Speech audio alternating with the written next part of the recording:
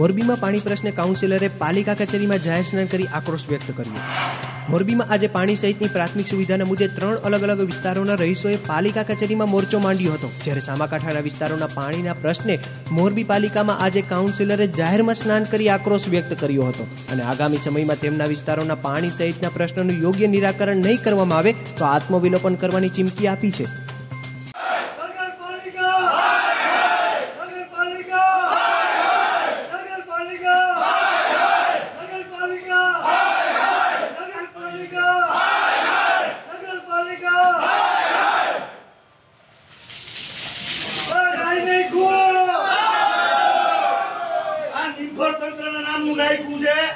અમારા વિસ્તારની અંદર પાણી આવતું નથી, અમારા વિસ્તારના લોકોને પીવાનું પાણી નથી, નાવાનું પાણી નથી, એટલે નાવા માટે અમે નગરપાલિકા આવ્યા।